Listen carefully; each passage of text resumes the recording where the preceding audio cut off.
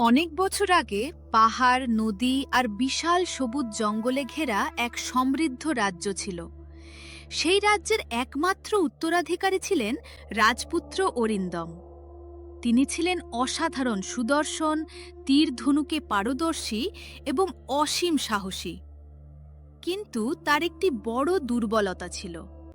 তিনি নিজের ক্ষমতা ও সৌন্দর্য নিয়ে এতটাই গর্ব করতেন যে সাধারণ মানুষ তো দূরের কথা, জ্ঞানী গুণী মানুষদেরও সম্মান করতেন না। একদিন সকালে রাজপুত্র তার সৈন্যদের নিয়ে শিকারে বের হলেন।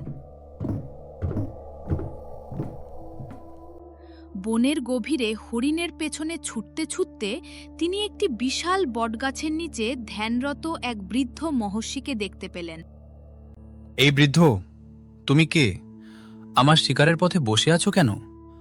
আমার রাজ্যে আমার অনুমতি ছাড়া কেউ থাকতে পারে না। এখনই এখান থেকে সরে যাও। রাজপুত্র, আমি বহু বছর ধরে এই বনে ধ্যান করছি। আমি কারো ক্ষতি করি না। ক্ষমতা চিরদিন থাকে না, মানুষকে তার আচরণই মহান করে, অহংকার নয়। তুমি যদি একটু ধৈর্য ধরো তাহলে নিজের জীবনের সবচেয়ে বড় শিক্ষা পাবে। আমাকে শিক্ষা দেবে তুমি? আমি এই রাজ্যের ভবিষ্যৎ রাজা। আমার সামনে দাঁড়িয়ে কথা বলার সাহস তোমার হলো কিভাবে? তোমার মতো একজন বৃদ্ধ সাধু আমার কাছে কিছুই না। এই বন, এই পাহাড়, এই নদী সবই আমার রাজ্যের। তাই এখানে কি হবে তা আমিই ঠিক করব। আমি তোমাকে অপমান করতে আসিনি রাজপুত্র। আমি শুধু চাই তুমি বুঝতে শেখো যে গাছ যত ফল দেয় সে তত মাথা নত করে। অহংকার মানুষকে অন্ধ করে দেয়। এখনো সময় আছে, নিজের ভুলের জন্য ক্ষমা চাও। ক্ষমা? আমি কোনো ভুল করিনি। বরং তোমাকেই আমার সামনে মাথা নত করা উচিত। তুমি যদি এখনই না যাও তাহলে আমার সৈন্যদের আদেশ দেব তোমাকে এই বন থেকে বের করে দিতে। আমি তোমাকে শেষবারের মতো সতর্ক করেছিলাম যে নিজের শক্তি নিয়ে অহংকার করে সে একদিন সবকিছু হারায়। আজ থেকে তোমার অহংকারই হবে তোমার সবচেয়ে বড় শাস্তি। আমি তোমাকে অভিশাপ দিচ্ছি, আজ থেকেই তুমি এক সুন্দর ময়ূরে পরিণত হবে। যতদিন না কোনো নিঃস্বার্থ, সৎ এবং দয়ালু মানুষ নিজের স্বার্থের কথা না ভেবে তোমাকে সাহায্য করবে, ততদিন তুমি আর মানুষ হতে পারবে না। না না, এটা হতে পারে না। আমার শরীর, আমার হাত, কি হচ্ছে আমার? আমাকে বাঁচান। আমি এমন শাস্তি চাই না। দয়া করে আপনার অভিশাপ ফিরিয়ে নিন। আমি রাজপুত্র অরিন্দম, আমি ময়ূর হতে পারি না। এখন আর আমার হাতে কিছু নেই। আজ তুমি যে কষ্ট অনুভব করছো তা তোমার অহংকারের ফল। যেদিন তুমি বিনয়, দয়া আর মানুষের প্রকৃত মূল্য বুঝবে, সেদিনই এই অভিশাপ ভাঙবে। মহর্ষির কথা শেষ হতেই চারদিকে প্রবল ঝড় উঠল। আকাশ কালো মেঘে ঢেকে গেল। এক ঝলক সোনালি আলো রাজপুত্রকে ঘিরে ফেলল। মুহূর্তের মধ্যেই তার মানবদেহ হারিয়ে গেল, আর সেখানে দাঁড়িয়ে রইল এক অপূর্ব সুন্দর কিন্তু অসহায় ময়ূর। ভয়ে ও অনুশোচনায় তার চোখ ভরে উঠল অশ্রুতে। সেই দিন থেকেই শুরু হল অভিশপ্ত ময়ূরের দীর্ঘ ও কঠিন। কয়েক বছর কেটে গেছে। অভিশপ্ত ময়ূর একা একা জঙ্গলে ঘুরে বেড়ায়। একদিন বিকেলে গরিব ছেলে রাহিম জ্বালানি কাঠ সংগ্রহ করতে জঙ্গলে আসে। হঠাৎ ঝোপের ভেতর থেকে ব্যথায় কাতরানো শব্দ শুনে সে এগিয়ে যায়। এই তো, তুমি একটা ময়ূর, কিন্তু তোমার ডানায় এত বড় ক্ষত হলো কিভাবে? মনে হচ্ছে কোনো শিকারীর ফাঁদে পড়েছিলে। একটু অপেক্ষা করো, আমি কাছের ঝর্ণা থেকে পানি এনে দিচ্ছি। তুমি তুমি আমার কাছে এলে কেন? সব মানুষ তো আমাকে তাড়িয়ে দেয়। কেউ পাথর ছোড়ে, কেউ আমাকে ধরতে চায়। তুমি কি জানো না আমি একটা অভিশপ্ত প্রাণী? আমি শুধু এটুকুই জানি, তুমি এখন কষ্ট পাচ্ছ। কষ্টে থাকা কাউকে সাহায্য করা আমার কর্তব্য। তুমি মানুষ হও বা পাখি, আমার কাছে তার কোনো পার্থক্য নেই। এই নাও, একটু পানি খাও। ধীরে ধীরে খাও, তোমার শরীর খুব দুর্বল হয়ে গেছে। অনেক বছর পরে কেউ আমাকে নিজের হাতে পানি খাওয়ালো। আমি ভেবেছিলাম পৃথিবী থেকে দয়া আর ভালোবাসা চিরদিনের জন্য হারিয়ে গেছে। তোমার মতো একজন মানুষ এখনো আছে, এটা আমি বিশ্বাসই করতে পারছি না। আমার কাছে ধন সম্পদ নেই, কিন্তু অন্যের কষ্ট দেখে মুখ ফিরিয়ে নেওয়ার শিক্ষা আমার মা বাবা আমাকে দেননি। তোমার ক্ষতটা পরিষ্কার করে দিচ্ছি, একটু ব্যথা লাগবে, কিন্তু পরে ভালো লাগবে। তুমি চিন্তা করো না, যতদিন না তুমি সুস্থ হচ্ছ আমি প্রতিদিন তোমার কাছে আসব। রাহিম, তুমি সত্যি খুব ভালো মানুষ। আজ তোমার কাছে আমার আসল পরিচয় লুকিয়ে রাখা অন্যায় হবে। আমি কোনো সাধারণ ময়ূর নই। আমি এই রাজ্যের রাজপুত্র অরিন্দম। বহু বছর আগে নিজের অহংকারের কারণে এক মহর্ষির অভিশাপে আমি এই রূপ পেয়েছি। তারপর থেকে আমি এই জঙ্গলে একা একা ঘুরে বেড়াচ্ছি। কেউ আমার কথা বিশ্বাস করে না, কেউ আমার পাশে দাঁড়ায় না। আমি প্রতিদিন অপেক্ষা করেছি এমন একজন মানুষের জন্য যে স্বার্থ ছাড়া আমাকে সাহায্য করবে। তুমি যদি সত্যিই রাজপুত্র হও, তাহলে তোমার জীবন কত কষ্টে কেটেছে আমি কল্পনাও করতে পারছি না। তোমার চোখের দিকে তাকিয়েই বুঝতে পারছি তুমি মিথ্যা বলছো না। আমি গরিব মানুষ, আমার কোনো ক্ষমতা নেই, কিন্তু আমি কথা দিচ্ছি যতটুকু আমার পক্ষে সম্ভব আমি তোমাকে সাহায্য করব। তোমার অভিশাপ ভাঙার জন্য যদি আমাকে অনেক কষ্টও করতে হয়, তবুও আমি পিছিয়ে যাব না। আজ বহু বছর পরে আমার মনে আবার আশার আলো জেগেছে। হয়তো ঈশ্বর তোমাকেই আমার জীবনে পাঠিয়েছেন। সামনের পথ খুব কঠিন, অনেক বিপদ আসবে।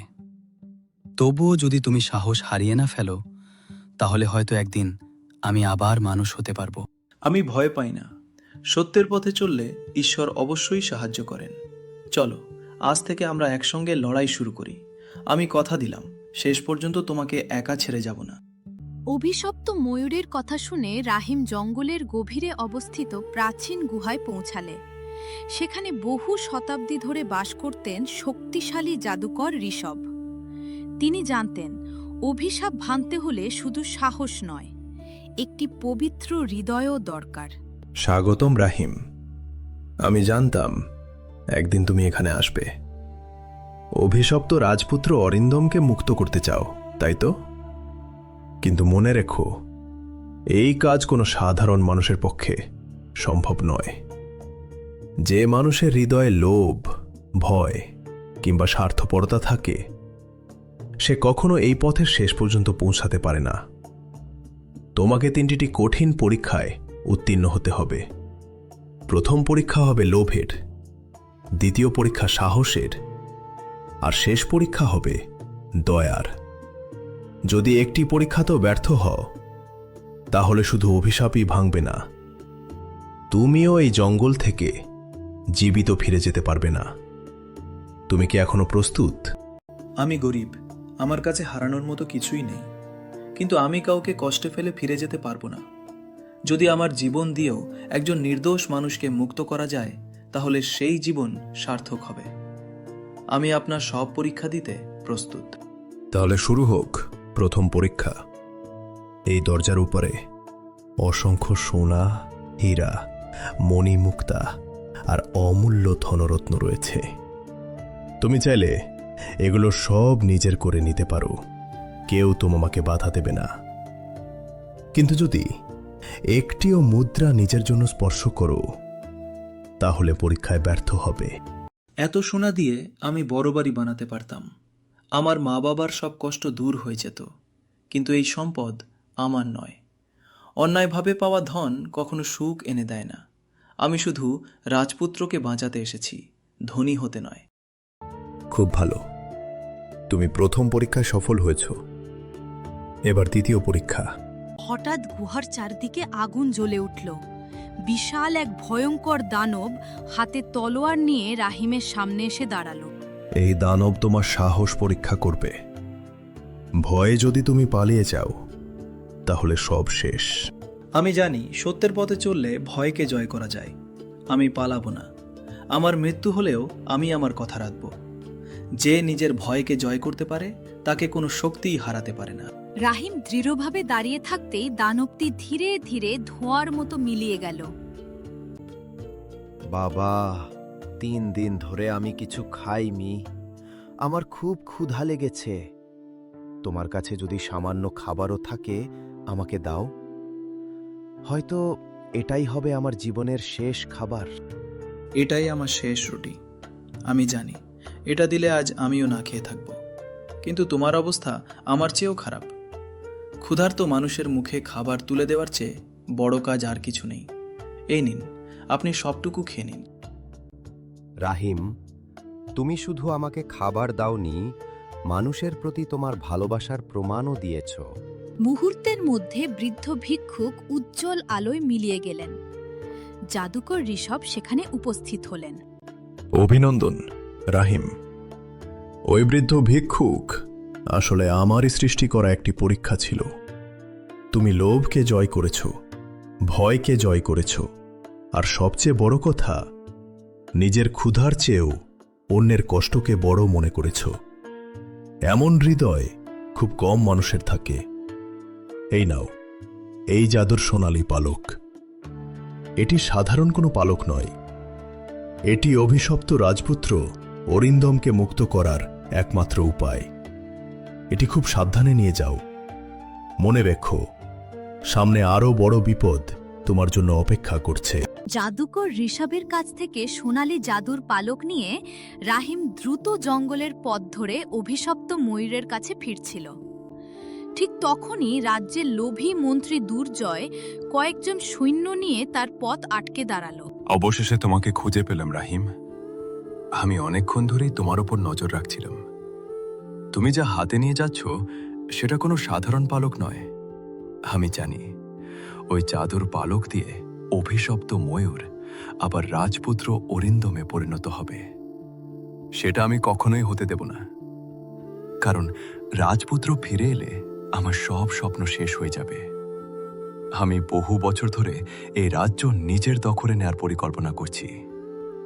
রাজা বৃদ্ধ হয়ে গেছেন, আর রাজপুত্র যদি ফিরে আসে তাহলে আমি কখনো সিংহাসনের কাছেও যেতে পারবো না।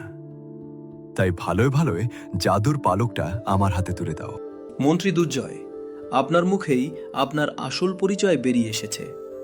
যে মানুষ নিজের স্বার্থের জন্য একটি নির্দোষ মানুষকে বছরের পর বছর কষ্টে রাখতে পারে, সে কখনো সত্যিকারের শাসক হতে পারে না। আমি এই পালক কোনো অবস্থাতেই আপনাকে দেব না। এটা একজন নির্দোষ মানুষের মুক্তির প্রতীক। আমার প্রাণ চলে গেলেও আমি আমার কথা ভাঙব না। তুমি কি বুঝতে পারছো তুমি কার সঙ্গে কথা বলছো? আমি এই রাজ্যের সবচেয়ে ক্ষমতাবান মানুষ। আমার এক ইশারায় শত শত সৈন্য তোমাকে ঘিরে ফেলবে। তুমি একজন গরিব ছেলে, তোমার না আছে ক্ষমতা, না আছে অস্ত্র। তুমি আমার সঙ্গে লড়াই করবে কিভাবে? শেষবারের মতো বলছি, পালকটা দিয়ে দাও, না হলে আজ এই জঙ্গলেই তোমার শেষ দিন হবে। ক্ষমতা দিয়ে মানুষের শরীরকে ভয় দেখানো যায়, কিন্তু সত্যকে কখনো হারানো যায় না। আমি গরিব হতে পারি, কিন্তু আমার বিবেক বিক্রি হয়ে যায়নি। আপনার মতো লোভী মানুষের হাতে এই জাদুর পালক তুলে দেওয়ার চেয়ে মৃত্যু অনেক ভালো। আপনি যদি ভাবেন আমি ভয় পেয়ে যাব, তাহলে আপনি ভুল করছেন। সত্যের জন্য লড়াই করতে আমি সব কিছু ত্যাগ করতে প্রস্তুত। তাহলে তোমার মৃত্যুর দায় তোমার নিজের। সৈন্যরা, ওকে ধরে ফেলো! জাদুর পালক কেড়ে নাও, ও যেন কোনোভাবে জঙ্গল থেকে বের হতে না পারে। আমি অন্যায়ের সামনে মাথা নত করব না। যে মানুষ সত্যের পথে থাকে তার সাহস কোনো অস্ত্রের চেয়ে কম নয়। তোমরা যদি আমার পথ আটকাও, তবুও আমি এগিয়ে যাব। এই পালক আমি অভিশপ্ত রাজপুত্রের কাছেই পৌঁছে দেব। তুমি ভাবছো তুমি জিতে গেছো? না রাহিম, এই লড়াই এখানেই শেষ নয়। আমি শেষ নিঃশ্বাস পর্যন্ত তোমাকে থামানোর চেষ্টা করব। অন্যায়ের শক্তি যত বড়ই হোক, তার শেষ একদিন হবেই। লোভ কখনো জয়ী হয় না। আপনি আজ আমাকে থামাতে পারবেন না। আমি আমার প্রতিশ্রুতি রক্ষা করব। রাজপুত্র অরিন্দম আবার মানুষ হবেন, আর সেই দিন আপনার সব ষড়যন্ত্রের শেষ হবে। রাহিম নিজের সাহস, বুদ্ধি এবং দৃঢ় মনোবল দিয়ে মন্ত্রী দুর্জয়ের হাত থেকে পালিয়ে গেল। জাদুর সোনালী পালকটি শক্ত করে বুকে জড়িয়ে সে দ্রুত অভিশপ্ত ময়ূরের দিকে ছুটতে লাগল। কিন্তু সামনে তার জন্য আরও বড় এক মুহূর্ত অপেক্ষা করছিল। অবশেষে রাহিম সব বাধা অতিক্রম করে জঙ্গলের সেই পুরনো বটগাছের নিচে ফিরে এলো, যেখানে অভিশপ্ত ময়ূর তার অপেক্ষায় ছিল। তার হাতে তখনও শক্ত করে ধরা ছিল জাদুকর ঋষভের দেওয়া সোনালি জাদুর পালক। রাহিম, তুমি ফিরে এসেছো। আমি ভেবেছিলাম হয়তো তুমি আর ফিরতে পারবে না। তোমার মুখ দেখে মনে হচ্ছে এই পথটা মোটেও সহজ ছিল না। তোমার শরীরে এত আঘাতের দাগ কেন? তুমি কি আমার জন্য নিজের জীবন বিপদে ফেলেছ? তোমাকে দেওয়া কথা আমি ভাঙতে পারি না। পথে অনেক বাধা এসেছিল। লোভী মন্ত্রী দুর্জয় আমাকে থামাতে চেয়েছিল। সে জাদুর পালক কেড়ে নিতে চেয়েছিল, যাতে তুমি কোনোদিন মানুষ হতে না পারো। কিন্তু আমি আমার শেষ শক্তি দিয়ে এই পালককে রক্ষা করেছি। আজ তোমার অভিশাপের শেষ দিন। আমি জানি না কিভাবে তোমার এই ঋণ শোধ করব। একসময় আমি অহংকারী ছিলাম। আমি ভাবতাম ক্ষমতা আর রাজত্বই সবকিছু। কিন্তু এই দীর্ঘ অভিশাপের জীবন আমাকে শিখিয়েছে মানুষের আসল পরিচয় তার ভালোবাসা, দয়া আর বিনয়। তুমি আমাকে সেই সত্য বুঝতে সাহায্য করেছ। অতীতের ভুল নিয়ে আর কষ্ট পেও না। যে নিজের ভুল বুঝতে পারে সেই সত্যিকারের মানুষ। এখন সময় এসেছে নতুন জীবন শুরু করার। এই জাদুর পালক তোমাকে তোমার আসল রূপ ফিরিয়ে দেবে। আমি প্রস্তুত। যদি আজ আমার অভিশাপ ভেঙে যায়, তাহলে আমি জীবনের প্রতিটি মুহূর্ত মানুষের সেবায় উৎসর্গ করব। আমি আর কখনো অহংকার করব না। আমি প্রতিজ্ঞা করছি একজন ন্যায়পরায়ণ ও দয়ালু রাজা হব। তাহলে চোখ বন্ধ করো, ঈশ্বরের উপর বিশ্বাস রাখো, সবকিছু ভালোই হবে। রাহিম ধীরে ধীরে জাদুর সোনালি পালকটি ময়ূরের মাথায় স্পর্শ করল। মুহূর্তের মধ্যেই চারদিকে উজ্জ্বল সোনালি আলো ছড়িয়ে পড়ল। প্রবল বাতাস বইতে লাগল। আকাশ থেকে যেন আশীর্বাদের ফুল ঝরে পড়তে লাগল। কয়েক মুহূর্ত পরে আলো ধীরে ধীরে মিলিয়ে গেল। সেখানে আর কোনো ময়ূর ছিল না। দাঁড়িয়েছিলেন সুদর্শন, বিনয়ী ও অনুতপ্ত রাজপুত্র অরিন্দম। রাহিম, আমি আবার মানুষ। আমি আবার নিজের হাতে আকাশ ছুঁতে পারছি। আমি আবার নিজের কণ্ঠে কথা বলতে পারছি। এই নতুন জীবন তুমি আমাকে উপহার দিয়েছ। তুমি শুধু আমার জীবনই ফিরিয়ে দাওনি, তুমি আমার হৃদয়ও বদলে দিয়েছ। আজ আমি বুঝতে পেরেছি রাজা হওয়ার আগে একজন ভালো মানুষ হওয়া কত বড় বিষয়। আমি প্রতিজ্ঞা করছি আমার রাজ্যে আর কখনো কোনো গরিব, অসহায় বা নিরপরাধ মানুষ অবহেলিত হবে না।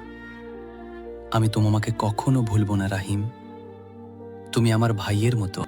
রাজপুত্র, আমি শুধু আমার কর্তব্য করেছি। ভালো কাজের বিনিময়ে কোনো পুরস্কার চাই না।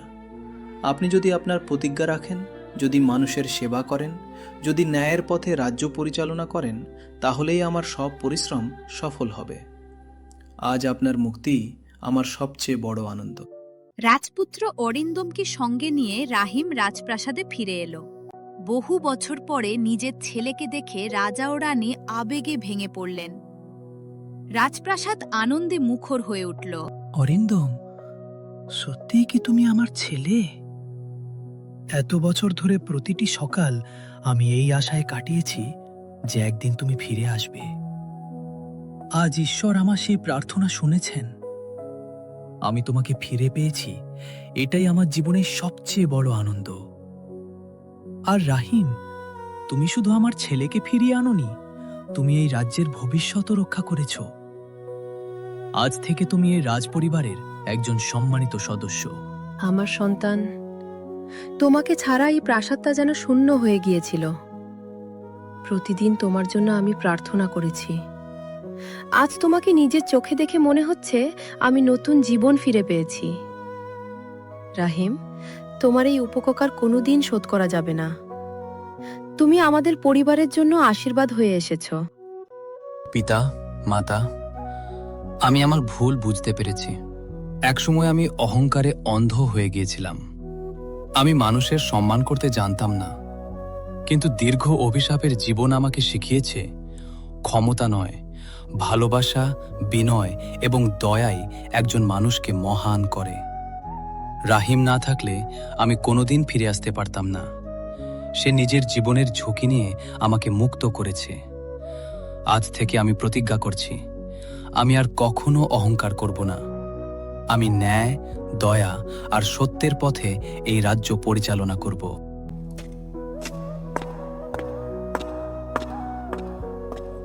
মহারাজ, আমাকে ক্ষমা করে দিন। লোভ আমার চোখ বন্ধ করে দিয়েছিল। সিংহাসনের লোভে আমি অন্যায় করেছি। আমি আমার অপরাধ স্বীকার করছি। আমাকে আরেকটি সুযোগ দিন। দুর্জয়, তুমি শুধু রাজপরিবারের সঙ্গে বিশ্বাসঘাতকতা করনি, তুমি পুরো রাজ্যের সঙ্গে প্রতারণা করেছ। লোভ আর ক্ষমতার নেশায় তুমি একজন নির্দোষ রাজপুত্রকে চিরদিনের জন্য কষ্টে রাখতে চেয়েছিলে। আইনের চোখে সবাই সমান। তোমার অপরাধের বিচার হবে, যাতে ভবিষ্যতে কেউ অন্যায় করার সাহস না পায়। প্রহরীরা, তাকে নিয়ে যাও। আজ থেকে রাজ্যের কোনো মানুষ অভুক্ত থাকবে না। গরিবদের জন্য নতুন ঘর তৈরি করা হবে। এতিম শিশুদের পড়াশোনার ব্যবস্থা করা হবে। অসুস্থ মানুষের জন্য বিনামূল্যে চিকিৎসার ব্যবস্থা করা হবে। আর এই সব কাজের প্রধান দায়িত্ব থাকবে রাহিমের হাতে। কারণ আমি জানি মানুষের কষ্ট সে আমার চেয়েও ভালো বোঝে। মহারাজ, আমি কোনো সম্মান বা ধন সম্পদের জন্য এই কাজ করিনি। আমি শুধু একজন অসহায় মানুষের পাশে দাঁড়িয়েছিলাম। যদি আজ আমার ওপর এত বড় দায়িত্ব দেন, তাহলে আমি কথা দিচ্ছি সব সময় সত্য আর ন্যায়ের পথে থেকে মানুষের সেবা করব। গরিব মানুষের মুখে হাসি ফোটাতে পারলেই আমি নিজেকে সবচেয়ে ধনী মানুষ মনে করব। মানুষের সবচেয়ে বড় শক্তি তার ভালো মন, তার দয়া এবং তার সততা। রাহিম, আজ থেকে তুমি শুধু আমার বন্ধু নও, তুমি আমার ভাই। আমরা একসঙ্গে এই রাজ্যকে এমন একটি রাজ্যে পরিণত করব যেখানে অন্যায়ের কোনো স্থান থাকবে না, যেখানে সবাই সমান সম্মান পাবে, যেখানে ক্ষমতার চেয়ে মানবতাকে বেশি মূল্য দেওয়া হবে। এই প্রতিজ্ঞা আমি আজ সবার সামনে করছি। এরপর থেকে রাজপুত্র অরিন্দম ও রাহিম একসঙ্গে রাজ্যের মানুষের সেবায় নিজেদের জীবন উৎসর্গ করলেন। রাজ্যে আর কোনো মানুষ ক্ষুধার্ত থাকল না, অন্যায়কারীরা শাস্তি পেল, আর সবাই শান্তি ও সুখে বসবাস করতে লাগল। রাজপুত্রের অহংকারের জায়গায় জন্ম নিল বিনয়, আর রাহিমের দয়া ও সাহস যুগ যুগ ধরে মানুষের মুখে মুখে গল্প হয়ে রইল।